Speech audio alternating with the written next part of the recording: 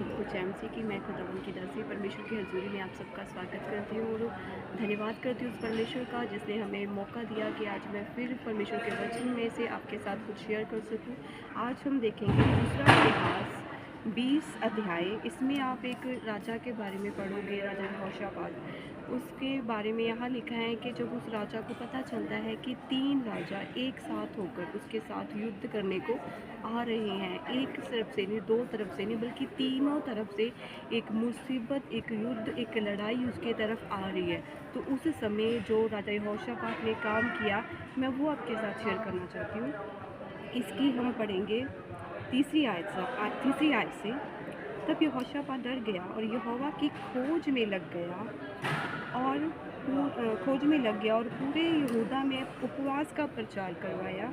अंत यहूदी यहोवा से सहायता मांगने के लिए इकट्ठे हुए और यहूदा के सब नगरों से यहोवा से भेंट करने को आए। हालेलुया।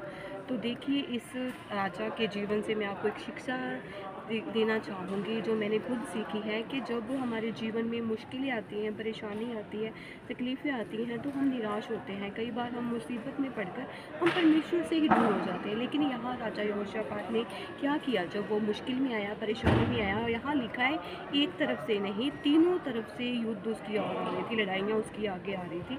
लेकिन उस समय यहोशापात राजा ने क्या किया, उसने डरा नहीं ना उनसे लड़ने को। वो क्या किया, वो परमेश्वर की ओर भागा। उसने अपने पूरे देश में उपवास का प्रचार करवाया और यहोवा की खोज में लग गए। क्यों? क्योंकि उनको पता है कि यहोवा ही हमें बचा सकता है, छुड़ा सकता है। और इस अध्याय को आप पूरा पढ़ोगे और देखोगे कि जब वो राजा को परमेश्वर की खोज में लगा तो उस राजा को लड़ने की ज़रूरत नहीं पड़ी। उसकी जो लड़ाई थी परमेश्वर ने खुद लड़ी।